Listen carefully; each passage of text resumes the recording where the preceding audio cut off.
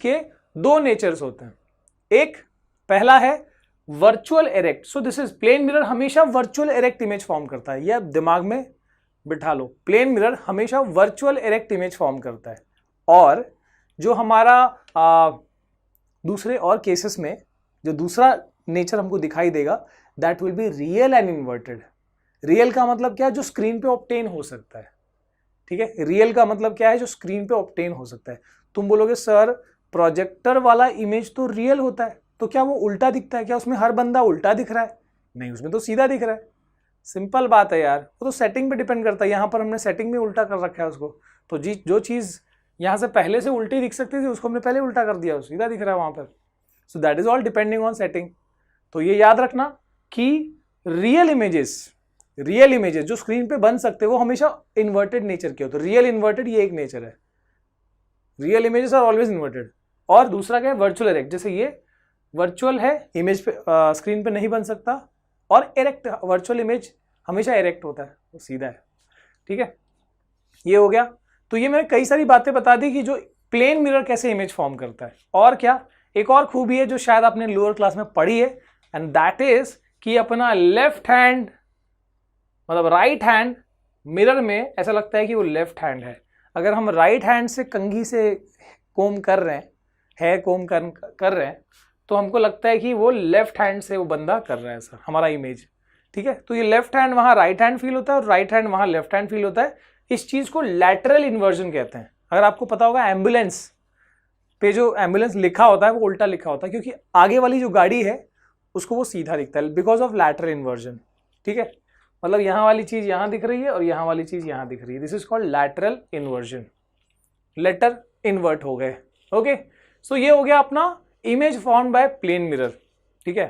इतना डिटेल मेरे ख्याल से टेक्स्ट बुक में नहीं दिया है, तब भी हम उतना फोकस से नहीं कर पाते, ओके।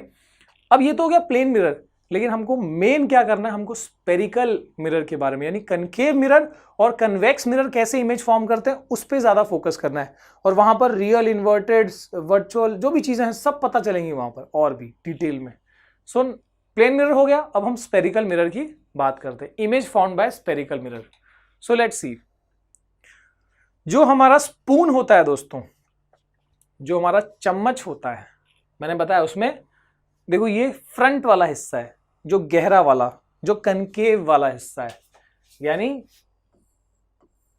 ये अंदर वाला हिस्सा है। और ये जो दिख रहा है ये उसके आउटर साइड से, देखो आउटर साइड से मतलब ये वाला हिस्से से दिख रहा है, ठीक है। So this is convex side. तो ये कन्वेक्स मिरर की तरह बिहेव कर रहा है, सीधी बात है, ये कन्वेक्स मिरर की तरह बिहेव कर रहा है। और ये स्पून का अंदर वाला हिस्सा है, ये कनकेव मिरर की तरह बिहेव कर रहा है, ठीक है। अच्छा सर, एक बहुत जबरदस्त बात ये दिख रही है कि इसमें कन्वेक्स वाले में जो पर्सन देख रहा है उसका शक्ल ऊपर दिख रहा है, मतलब ये कैसा इमेज है, this is erect image. Erect का मतलब बंदे का मुंडी भी ऊपर है और इसमें भी ऊपर दिख रहा है, मतलब सीधा ही दिख रहा है ना। लेकिन इस वाली केस में देखो, बंदा मुंडी उसका ऊपर है नॉर्मली, लेकिन उसका इमेज में उसका मुंडी नीचे दिख रहा है। तो यहां पर ये इरेक्ट इमेज था, इसमें ये उल्टा हो गया, इसको बोलते हैं इन्वर्टेड इमेज। क्या बोलते हैं इसको? इन्वर्टेड इमेज, ठीक है। और एक बात याद दिला दूं, erect is always virtual and inverted is always real. But again अभी फिलहाल इसी पे फोकस करो कि ये इरेक्ट इमेज फॉर्म हुआ, इसमें इन्वर्टेड, ठीक है। मतलब प्लेन मिरर में तो हमेशा इरेक्ट इमेज फॉर्म होता है, लेकिन स्पेरिकल मिरर में किसी केस में इरेक्ट भी फॉर्म हो सकता है, किसी केस में इन्वर्टेड भी फॉर्म हो सकता है। थोड़ा सा अब देखो हम इमेज कैसे फॉर्म होता है उसकी हम थोड़ा सा एक छोटी सी झलक पहले हम ले लेते हैं। Let's see. सो ये अपना ऑब्जेक्ट है, मान लो दिस इज द ऑब्जेक्ट, दिख रहा ना, ये ऑब्जेक्ट है सीधा रखा हुआ ऊपर की तरफ, ठीक है। मान लो ये एरो मतलब मुंडी है उसका, ठीक है। अब ये बस रे डायग्राम के लिए हमको ऐसे तो इन्फिनाइट नंबर ऑफ रेज से इमेज फॉर्म होता है, बट हमने एक बहुत आसान वाला, एक ये रे है जो यहां से गया। सर ये रे कहां से जाता है कैसे पता चलेगा? आगे मैं उसी सैर पे ले जाऊंगा, इसके बाद हम वही चीज पढ़ने वाले, थोड़ा सा सब्र करो, ठीक है। अभी फिलहाल मैं बता रहा हूं, तो बस देखो कि हाँ ये रे पैरेलल है, जो ये इस पॉइंट से पास हुआ, इस पॉइंट को फोकस कहते हैं, आगे बताऊंगा, थोड़ा सा रुक जाओ थोड़ा सा, ठीक है। तो ये हो गया ये एक रिफ्लेक्टेड रे हो गया, ये इंसिडेंट रे था, ये रिफ्लेक्टेड रे है। और दूसरे केस में देखो ये एक और रे लिया है, दिस इज इंसिडेंट रे और ये है रिफ्लेक्टेड रे। मैंने क्या बताया, इमेज कहाँ पर फॉर्म होता है, इमेज वहां पर फॉर्म होता है जहां रिफ्लेक्टेड रेज मीट करते हैं। अब देखो ये एक रिफ्लेक्टेड रे और ये दूसरा ये कहाँ मीट कर रहे हैं, कहाँ इंटरसेक्ट कर रहे हैं, ये वाली पॉइंट पे। तो जहां ये इंटरसेक्ट कर रहे हैं बस वही इमेज फॉर्म होगा, जहां ये इंटरसेक्ट कर रहे हैं बस वहीं पर इमेज फॉर्म होगा। So this is the image, just check. नीचे की तरफ यानी उल्टा, यानी ये कैसा इमेज है, दिस इज इन्वर्टेड इमेज। ठीक है, धीरे धीरे मैं आपको कॉन्सेप्ट की तरफ ले जा रहा हूं, कोई घाई नहीं है, कहीं नहीं जाना, आराम से। सो this is the inverted image, ये ऑब्जेक्ट सीधा था, इमेज उसका उल्टा बना है, इन्वर्टेड इमेज। ओके, और एक बात, यहां पर अगर आप स्क्रीन रखते हो, अगर आप यहां पर एक वाइट स्क्रीन रखते हो और इधर से देखने की कोशिश करते हो, डायरेक्ट वो इमेज को यहां से डायरेक्ट स्क्रीन पे देखने की कोशिश कर रहे हो, तो ये दिखेगा। क्यों? क्योंकि रेज एक्चुअली मीट करी हुई है यहां पर, ऐसा नहीं कि ये वर्चुअल मीटिंग हुई है, यहां पर रेज एक्चुअली मीट किए हुए हैं, तो इधर से ये इमेज दिखेगा तुमको। क्या हुआ, ये जो इमेज स्क्रीन पर दिखे, एक्चुअली स्क्रीन पे जो विजिबल है जो इमेज, उसको क्या बोलते हैं, real image. So this is real and inverted. मैंने वहां बताया था वर्चुअल इरेक्ट का, ये दूसरा नेचर रियल इन्वर्टेड। ठीक है, मैं बस आइडिया आपको धीरे धीरे ले जा रहा हूं वहां पर। Okay, so that confusion is avoid. Sir ये रेज का बता दो, क्या कहां से कौन सा जा रहा है, आगे बताऊंगा, बस आगे स्लाइड में बस देखो थोड़ा सा। कन्वर्जिंग एंड डाइवर्जिंग एक्शन, तो अब मैं यहां पर कनकेव मिरर की बात कर रहा हूं और कन्वेक्स मिरर की बात कर रहा हूं। कन्वर्जिंग एक्शन का मतलब क्या होता है, तुम देखो कि कनकेव मिरर की एक खूबी होती है। कौन सी खूबी होती है सर, इतनी तो खूबियां बता दी आपने, और बता दो। कनकेव मिरर की खूबी होती है कि वो ना हमेशा कन्वर्जिंग एक्शन करता है, इसलिए उसको कन्वर्जिंग मिरर कहा जाता है। कन्वर्जिंग का मतलब भी बताओ ना सर पहले। कन्वर्जिंग का मतलब है कि अगर तुमने ऐसे पैरेलल रेज लिए, देखो ये सब पैरेलल रेज है, कहाँ फॉल करा रहे हैं हम, कनकेव मिरर के ऊपर, तो ये सारे पैरेलल रेज टकरा के आएंगे जब, ये तो इंसिडेंट रे है फिलहाल, लेकिन जब ये बाउंस करके आ रहे हैं, जब ये रिफ्लेक्ट करके आ रहे हैं, तब थोड़ा ध्यान दो, ये रिफ्लेक्ट करके आए, यहां से पास हुए, सब लॉ ऑफ रिफ्लेक्शन को फॉलो कर रहे हैं। ठीक है, लॉ ऑफ रिफ्लेक्शन को फॉलो कर रहे हैं और ये सब एक पॉइंट पे जाकर मीट किए। सर लॉ ऑफ रिफ्लेक्शन पक्का फॉलो कर रहे हैं, हाँ यार, देखो यहां पर ये नॉर्मल है, यहां पर ये नॉर्मल है, यहां पर ये नॉर्मल है, सब जगह पे proper law of reflection follow हो रहा है और वो एक पॉइंट पर मीट कर रहे हैं। फिलहाल बस इतना याद रखो, concave mirror, whenever you take concave mirror और पैरेलल रेज पास किया वहां से, वो सब एक पॉइंट पे मीट करेंगे and that point is called focus. उस पॉइंट को फोकस कहते हैं या तो प्रिंसिपल फोकस कहते हैं, उसी को एफ से रिप्रेजेंट करते हैं। अगेन मैं इस चीज को भी, पॉइंट्स को, कौन सी पॉइंट को क्या बोलते हैं वो और आगे आएगा फिर से। फिलहाल याद रखो वो पॉइंट फोकस है और hence concave mirror is called converging mirror, क्योंकि वो सारे पैरेलल रेज को एक कॉमन पॉइंट पे कॉन्सेंट्रेट कर दे रहा है, कॉन्वर्ज कर दे रहा है, hence it is called converging mirror. लेकिन अगर हम बात करते हैं कॉन्वेक्स मिरर की, तो वो उल्टा काम करता है, वो डाइवर्जेंस करता है, hence that is called diverging mirror. तुम देख सकते हो यहां भी पैरेलल रेज लिए हमने, यहां भी हमने पैरेलल रेज लिए, पर ये सारे रेज क्या हो रहे हैं, ये पॉइंट में मीट नहीं कर रहे बल्कि डाइवर्ज कर रहे हैं। क्यों सर? क्योंकि देखो इस सरफेस पे नॉर्मल तो ऐसे होगा, तो ये तो इस साइड निकल के गया है ना, यहां पर भी देखो नॉर्मल बाउंस हो गए, so they are all spreading out. Normal के हिसाब से अगर हम देखें तो ये सब जो है क्या हो रहा है, तितर बितर हो जा रहे हैं, स्प्रेड आउट हो जा रहे हैं। ठीक है, यहां पर क्या हो रहा था, सब एक पॉइंट में मिल रहे थे, सब दोस्ती दिखा रहे थे, यहां पर सब दुश्मनी दिखा रहे हैं, डाइवर्जेंस दिखा रहे हैं। So convex mirror is called diverging mirror. Sir क्या यहां पर हम फोकस पता नहीं कर सकते? बिल्कुल कर सकते हैं। ये सब रेज जो जा रहे हैं इनको पीछे खींचो या इनको पीछे इमेजिन करो या स्ट्रेट लाइन ड्रॉ कर लो आप खुद ही, तो आपको पता लग जाएगा कि वो जो अपेरेंट पॉइंट है दैट इज अ फोकस। वो जो पॉइंट जहां पर वो मिल सकते थे, अगर वो जाते अंदर तो मिल सकते थे, ठीक है, बट वो तो रिफ्लेक्ट होने का नेचर है, मिरर है वो। ठीक है, सो ये सब जो लाइन है वो एक कॉमन पॉइंट पे मिल रहा है, that point is called focus, principal focus. आगे देखते हैं सर, आगे बढ़ते हैं। Okay, so difference between real and virtual images. Difference between, अब आगे ना, real and virtual images. Let's see. Sir अभी मैंने दिखाया था ऐसा डायग्राम, है ना, ये रे आया, ये फोकस वाली पॉइंट से पास हुआ। अब आपको हल्का हल्का समझेगा क्योंकि मैंने बता दिया ये कॉन्वर्जिंग मिरर है, तो पैरेलल रे अगर आएगा तो वो कहां से मिलेगा, फोकस से पास होगा। ठीक है, और एक और याद रखना, फोकस पे, ये अगेन ये इंपॉर्टेंट रेज का मैं बताऊंगा, बट फिलहाल हमको नेचर के बारे में देखना है, रियल और वर्चुअल, तो बता दे रहा हूं मैं। तो ये reflected ray, so one reflected ray is this, other reflected ray is this. ठीक है, बस आप इतना बात याद रखो, बस इतना ही बात पे फोकस करो कि इमेज कहां बनेगा। सर हमेशा यही सवाल पूछो अपने आप से, इमेज कहां बनेगा, उसका आंसर ये होगा कि जहां रिफ्लेक्टेड रेज मिलने वाले हैं, मिल सकते हैं।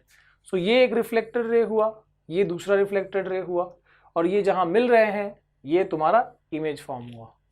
ठीक है, तो ऑब्जेक्ट ऊपर की तरफ था, इमेज डाउन साइड फॉर्म हुआ, सो इसको हम क्या बोलते हैं, उल्टा इमेज या फिर इन्वर्टेड इमेज। और एक और खूबी क्या होती है ऐसे इमेज की कि भैया रेज एक्चुअली मिल रहे हैं ना, एक्चुअल मीटिंग हो रही है, तो स्क्रीन रखोगे तो वो यहां से तुमको दिख भी सकते हैं। अगर आंखें घुसा के यहां से देखोगे तो स्क्रीन पे इमेज दिखेगा भी, क्योंकि rays are actually meeting there. So they are what, they are real and inverted image. तो ये एक नेचर हो गया कि ये रियल इमेज ऐसा होता है और वो हमेशा उल्टा फॉर्म होता है, इन्वर्टेड। अभी दूसरा वाला देख लेते हैं। देखो ये मैंने कॉनकेव वाला मिरर लिया था, दिस इज कॉन्वेक्स वाला। ठीक है, तो अब ये दिमाग में मत फिट कर लेना कि कॉनकेव हमेशा रियल फॉर्म करता है और कॉन्वेक्स हमेशा वर्चुअल। आगे बताऊंगा, केसेस आएंगे, डोंट वरी। सो अब इस वाले में वर्चुअल इमेज फॉर्म हुआ है, दिख रहा है आपको, ये ऑब्जेक्ट है, यहां से इंसिडेंट रे आया, ऐसे टकरा के गया, ये दूसरा इंसिडेंट रे आया, ऐसे टकरा के गया। सो अब दो रिफ्लेक्टेड रेस कहां है, एक रिफ्लेक्टेड रे तो भैया ये रहा, दूसरा रिफ्लेक्टेड रे भैया ये रहा। ये आगे तो सर, ये आगे तो मिलने से रहे, बिकॉज दे आर डाइवर्जिंग, आगे तो स्प्रेड आउट हो रहे हैं, तो कहां मिल सकते हैं, तो इनको हमको अपेरेंटली पीछे चेक करना होगा। So apparently they are meeting over this point. So this, यहां से लाइन ड्रॉ कर दी, ये क्या बन गया, ये अपना इमेज बन गया, क्योंकि यहां लाइंस एक्चुअली मीट नहीं कर रही, लाइट तो आगे जा रही है, तो यहां पर वर्चुअल मीटिंग हो रही है, इसलिए ये वर्चुअल इमेज हो गया। और जैसा मैंने बताया, वो आपको फिर प्रूफ हो रहा है कि वर्चुअल इमेज हमेशा इरेक्ट होता है। देखो ना, ऑब्जेक्ट भी ऊपर सीधा है, ये भी अपराइट है। So this is virtual and erect image. ठीक है, बिठा लो दिमाग में कि रियल हमेशा इन्वर्टेड होता है, वर्चुअल हमेशा इरेक्ट होता है। ये दोनों क्या है, ये दोनों नेचर ऑफ इमेज है। तो नेचर ऑफ इमेज दो ही है, या तो रियल इन्वर्टेड या तो वर्चुअल इरेक्ट। आ गई बात समझ में। जैसे केमिस्ट्री में नेचर का मतलब या तो एसिड या तो बेस, वैसे यहां पर न्यूट्रल भी हो सकता है वैसे तो। ठीक है, वैसे यहां पर दो ही नेचर है इमेज के, रियल इन्वर्टेड या फिर वर्चुअल इरेक्ट। ऐसा कभी नहीं होगा रियल इरेक्ट या वर्चुअल इन्वर्टेड, ऐसा नहीं होगा। ये बात दिमाग में फिट कर लो और आगे बढ़ते हैं। डिफरेंस तो हमने समझ लिया सर, आगे देखते हैं। हाँ, अब कौन सी पॉइंट्स हम यहां पर एसोसिएट करने वाले हैं, कौन सी पॉइंट्स या कौन से टर्म्स होते हैं जो हमको रे डायग्राम्स में भी हेल्प करेंगे। सो जस्ट थोड़ा सा ध्यान दो और देखो कि कोई भी मिरर हो या लेंस हो, जैसे मैं यहां पर एक मिरर ड्रॉ कर लेता हूं। ठीक है, वही मिरर है जो यहां पर हम ड्रॉ कर रहे हैं, और इसकी जो मिड पॉइंट होती है ना, इसकी जो मिड पॉइंट होती है उसको पोल कहते हैं, पोल। लेकिन लेंस की केस में जो मिड पॉइंट होती है ना, उसको ओ से रिप्रेजेंट करते हैं, that is called optical centre. Optical centre कहते हैं उसको। तो याद रखना, इतना डिफरेंस है, बाकी सब तो लगभग सेम ही है। So for a lens the mid point, the exact mid point, geometric mid point is called optical centre, और मिरर के लिए वो जो मिड पॉइंट होता है उसको पोल कहते हैं। ओके सर, बढ़िया। और क्या दिख रहा है यहां पर, तुम खुद देखो कि पोल से जो सीधी लाइन परपेंडिकुलर बाइसेक्टर पास होती है उसको प्रिंसिपल एक्सिस कहा जाता है। पोल से जो परपेंडिकुलर लाइन, ऐसा नहीं कि ये लाइन कहीं से आती है, ये हम इमेजिन करते हैं, इमेजिनरी, क्योंकि ऑब्जेक्ट को हमको इसी हिसाब से ऊपर या नीचे रखना है ना। सो ये जो परपेंडिकुलर बाइसेक्टिंग लाइन है, ये जो रेफरेंस मेन एक्सिस है, मेन है इसलिए PAL लिखा है यहां पर, स्कूल का जो प्रिंसिपल का स्पेलिंग होता है वही है, एल ई नहीं होता है, एल ई तो कोई थ्योरम या कोई रूल बताने के लिए, ये रूल नहीं है, ये तो बताया जा रहा है कि ये मेन एक्सिस है। So this is principal axis. इसी के हिसाब से सारी कहानी जो है हम बयान करते हैं। यहां पर भी the main axis is the principal axis. अच्छा, इसके बाद ये जो हमारा मिरर है जो स्पेरिकल है, अगर स्पेरिकल है मतलब किसी ना किसी स्फीयर का हिस्सा होगा, तो वो स्फीयर को बस इमेजिन कर लो, यहां पर लाना नहीं है। उस स्फीयर को अगर मैं इमेजिन करता हूं तो उस स्फीयर का कोई ना कोई सेंटर तो रहा होगा, है कि नहीं? तो उसको सेंटर ऑफ कर्वेचर कहते हैं। डेफिनेशन अगर आए तो ऐसे लिख सकते हो, the centre of sphere, you can write it down, note it down, the centre of the sphere, the center of the sphere of which the given mirror is part। हमारा मिरर जिस sphere का हिस्सा है उस sphere के centre को हम centre of curvature कहते हैं। The centre of the sphere, the centre of the sphere of which the given mirror is part. ठीक है, तो उस सेंटर को हम सेंटर ऑफ कर्वेचर कहते हैं। सर अगर ये सेंटर ऑफ कर्वेचर है तो यहां से यहां तक के डिस्टेंस को तो हम आर कह देंगे जरूर। So that is the radius of curvature, है ना? अगर सेंटर है तो रेडियस भी हो ही जाएगा, रेडियस ऑफ कर्वेचर। ठीक है, अच्छा ये हॉलो स्फीयर है, अंदर खोखला, ऐसे हम अज्यूम कर रहे हैं ना। सो ये रेडियस ऑफ कर्वेचर हो गया। अच्छा, और एक बात, हमने फोकस भी कहा था, है ना? पोल हो गया, सेंटर ऑफ कर्वेचर हो गया, फोकस कहाँ है? ठीक है, तो एक्चुअली क्या होता है कि देखो, ये तुम्हारा मान लो यहां पर सेंटर ऑफ कर्वेचर है, ठीक है, this is your radius of curvature. तो अब होता क्या है ना, ये पोल से लेके सेंटर का मान लो ये डिस्टेंस है 4 सेंटीमीटर, तो यहां से एग्जैक्टली हाफ वे जब जाओगे, ठीक है, यानी ये लेंथ इक्वल होगा, तो जो मिड पॉइंट है इस पूरे लेंथ का, जो मिड पॉइंट है यानी रेडियस का जो मिड पॉइंट है, उस पॉइंट को ही हम फोकस कहते हैं। वही पॉइंट होता है फोकस जहां पर एक्चुअली रेज आके क्या होता है, कॉन्वर्ज करते हैं। जितने भी पैरेलल रेज आएंगे वो सब एक पॉइंट पे मीट करेंगे, कन्वर्जिंग एक्शन दिखाएंगे, है ना? सो याद रखना कि यहां पर अच्छा, फोकस एकदम मिड पॉइंट पे है, तो ये वाली लेंथ को भी कुछ कहा जाता होगा। This length is called, small F से रिप्रेजेंट करते हैं, this is called focal length. क्या बोलते हैं इसको? फोकल लेंथ कहते हैं। तो ऑब्वियस सी बात है कि focal length is always half of radius, radius of curvature का आधा होता है फोकल लेंथ। और आप जब रे डायग्राम बनाओगे आगे, तो उसमें भी रे डायग्राम में ये बात का अहम मतलब बहुत खास कर ख्याल रखना आप कि ये लेंथ इक्वल हो, ये डिस्टेंस इक्वल हो। ये नहीं रहेगा तो आपको बहुत मैनिपुलेशन करना पड़ेगा, गलती होगी।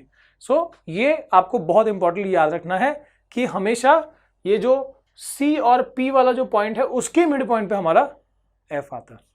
ठीक है, so focal length is always half of radius, या फिर द फोकस लाइज, इसको फोकस या प्रिंसिपल फोकस कहते हैं, it lies exactly on the mid way between C and P।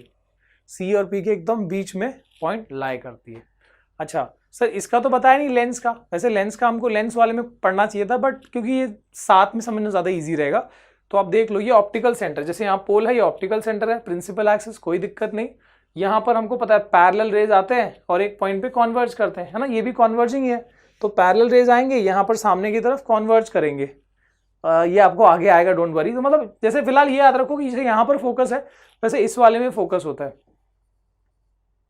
So this is the focus. पर होता क्या है, यहाँ पर इधर पे ले लो या इस तरफ भी फोकस ले लो, बात तो वही है, ट्रांसपेरेंट है, लाइट यहाँ से पास करो, यहाँ से पास करो, तो उतने ही डिस्टेंस पे यहाँ पर भी फोकस ले सकते हैं हम। तो इसको हम F1 ले लेते हैं, इसको F2 ले लेते हैं। और यहाँ पर कैसे फोकस के डबल डिस्टेंस पे C है ना, वैसे यहाँ पर हम सेंटर ऑफ कर्वेचर नहीं बोलते हैं, इधर फोकस के डबल डिस्टेंस पे पॉइंट वही है, लेकिन नाम क्या देते हैं, 2F1, सेकेंड फोकस बोलते हैं इसको। यहां भी ये डिस्टेंस सेम रहेगा, मतलब जो पॉइंट यहां C कहलाता है उसी का करस्पॉन्डिंग पॉइंट यहां सेकेंड फोकस कहलाता है, 2F1।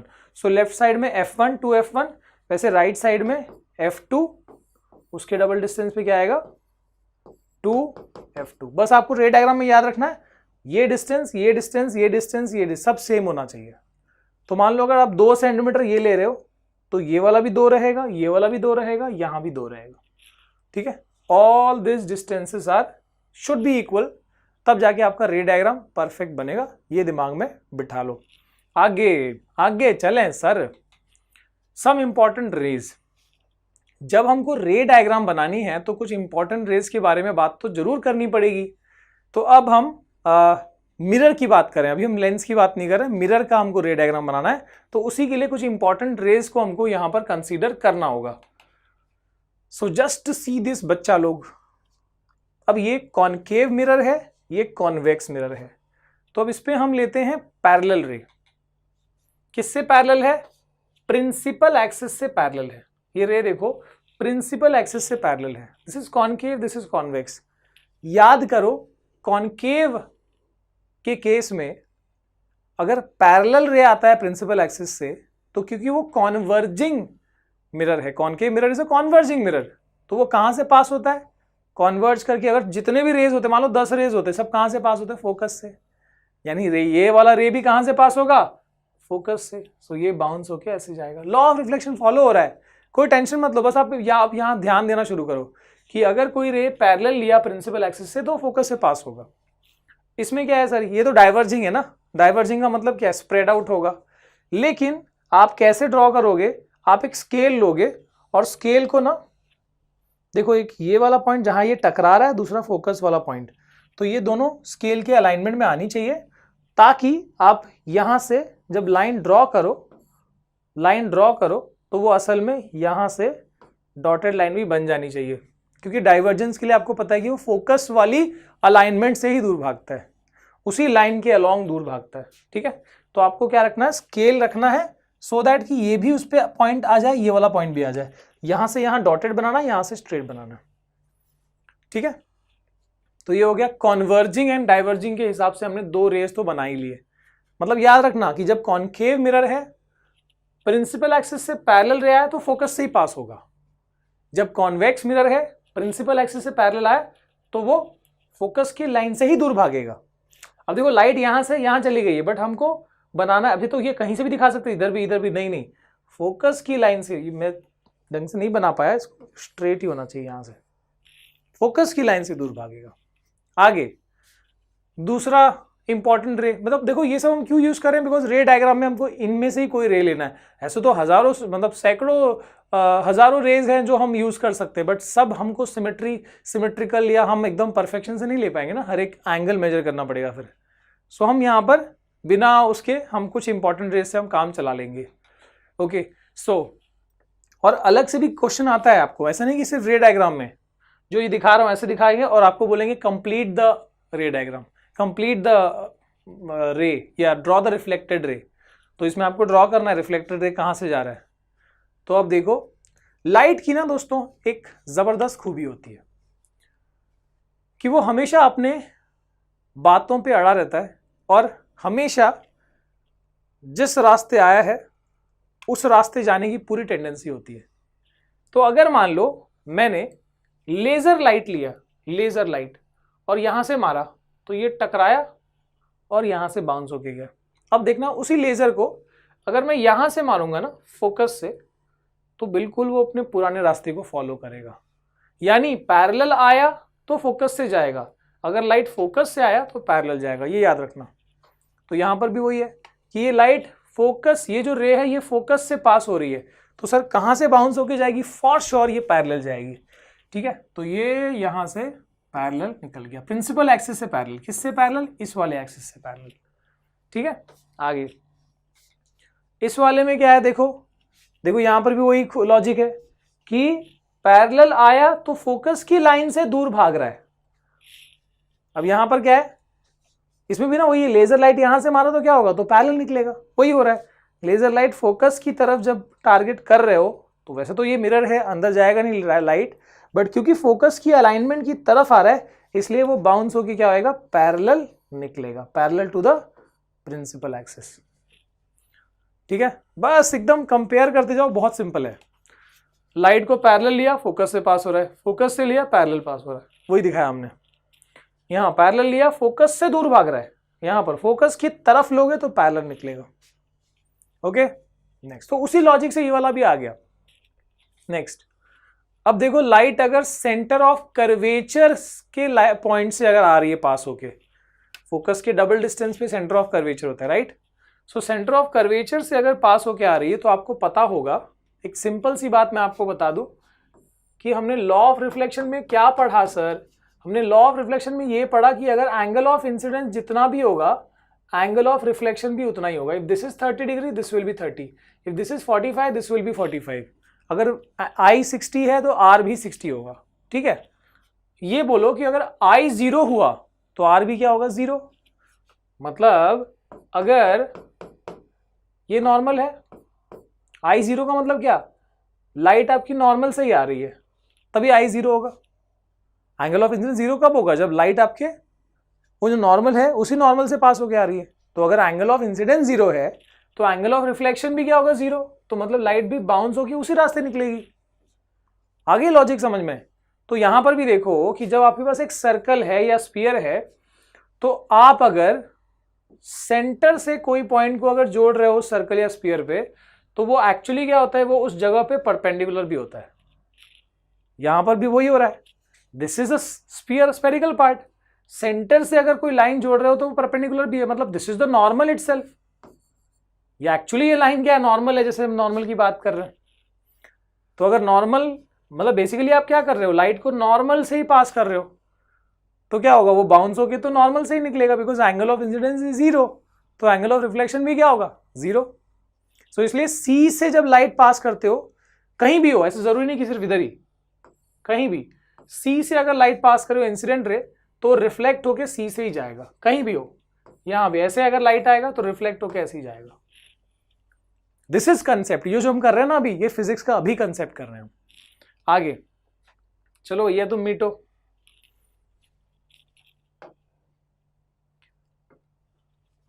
ओके, सो ये हो गया अपना यहां का। और अभी उसकी बात करते हैं, किसकी, कन्वेक्स वाले मिरर की। तो इसमें क्या होगा, इसमें भी वही लॉजिक है कि अगर C जो है, C वाली पॉइंट असल में नॉर्मल वाली पॉइंट होती है। तो अगर नॉर्मल से ही अगर तुम लाइट पास कर रहे हो incident ray, because this is normal, this is perpendicular, ये नॉर्मल भी है, तो अगर नॉर्मल से इंसिडेंट रे अगर पास करे तो रिफ्लेक्ट होके भी क्या होगा, वो रिफ्लेक्टेड रे भी उसी लाइन से जाएगा। सेम लॉजिक, सोचो थोड़ा सा। ओके, आगे अब ये वाला देखो। ये तो यहां पर तो हम बस सिंपल सी लॉजिक बताएंगे, इधर कुछ ज्यादा लॉजिक नहीं। यहां इंसिडेंट रे बस ये पोल से टकरा रहा है, तो ऐसे वाले में तो भाई इज्जत से अप्रोक्सीमेटली ही लेना पड़ेगा आपको। मान लो कि ये 60 डिग्री है तो अप्रोक्सीमेटली ये बाउंस होके ये वाला भी कितना होगा, 60। सो this is the incident ray, ये रिफ्लेक्टेड रे। अच्छा, रे डायग्राम में एक बहुत इंपॉर्टेंट चीज हम आगे सीखने वाले हैं, ये एरो बनाना बहुत इंपॉर्टेंट है। अगर एरो नहीं बनाया आपने, डायग्राम प्रॉपर बनाया, इसमें एरो नहीं बनाया, आपके हाफ नंबर कट जाएंगे। So this is very important thing to keep in mind. अच्छा, ये हो गया I = R। वैसे ही इस वाले में भी होगा, ठीक है। ये आपको बस उसमें अंदाजा रखना है कि हाँ, ये I लगभग जितना भी है एंगल, उस हिसाब से R को भी हमको उतना ले लेना है। प्रोट्रैक्टर यूज कर लोगे तो बेटर है। ओके, तो ये हो गया सम इंपॉर्टेंट रेज किसके, कॉनकेव और कॉन्वेक्स मिरर के। अगर ये समझ में आ गया तो आपका रे डायग्राम तो चुटकियों में होगा। मतलब अब देखो, हमने देखो इसका कॉनकेव का 4 रेज यूज देख लिया हमने, पर इमेज बनाने के लिए तो 2 ही रेज काफी है, समझे। अगर मान लो ये अपना कॉनकेव मिरर है, तो अगर ये ऑब्जेक्ट है, ये एक पैरेलल रे लिया, तो मैंने बताया पैरेलल रे ले लिया है तो कहां से पास होगा, फोकस से पास होगा। दूसरा मैंने फोकस से पास कर लिया तो वो कहां से निकलेगा, देखो फोकस से पास किया तो कहां से निकलेगा, पैरेलल।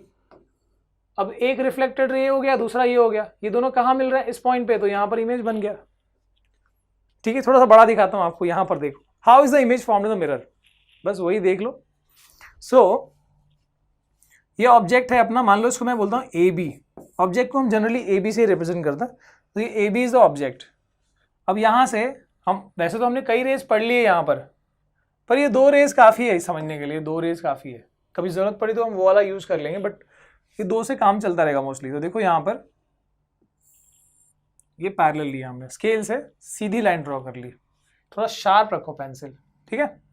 सीधी लाइन ड्रॉ कर ली, और उसके बाद ये लाइन कहां से पास होगी, बिकॉज द रेज, ये कॉन्वर्जिंग मिरर है, कॉनकेव मिरर है, तो पैरेलल रे को फोकस से पास करता है। तो ये रे कहां से पास होएगा, फोकस से पास होगा। आपको ऐसा नहीं चलेगा 4 बार बना दिया, ये नहीं चलेगा आपका, ठीक है। आपको स्केल से करना ही है।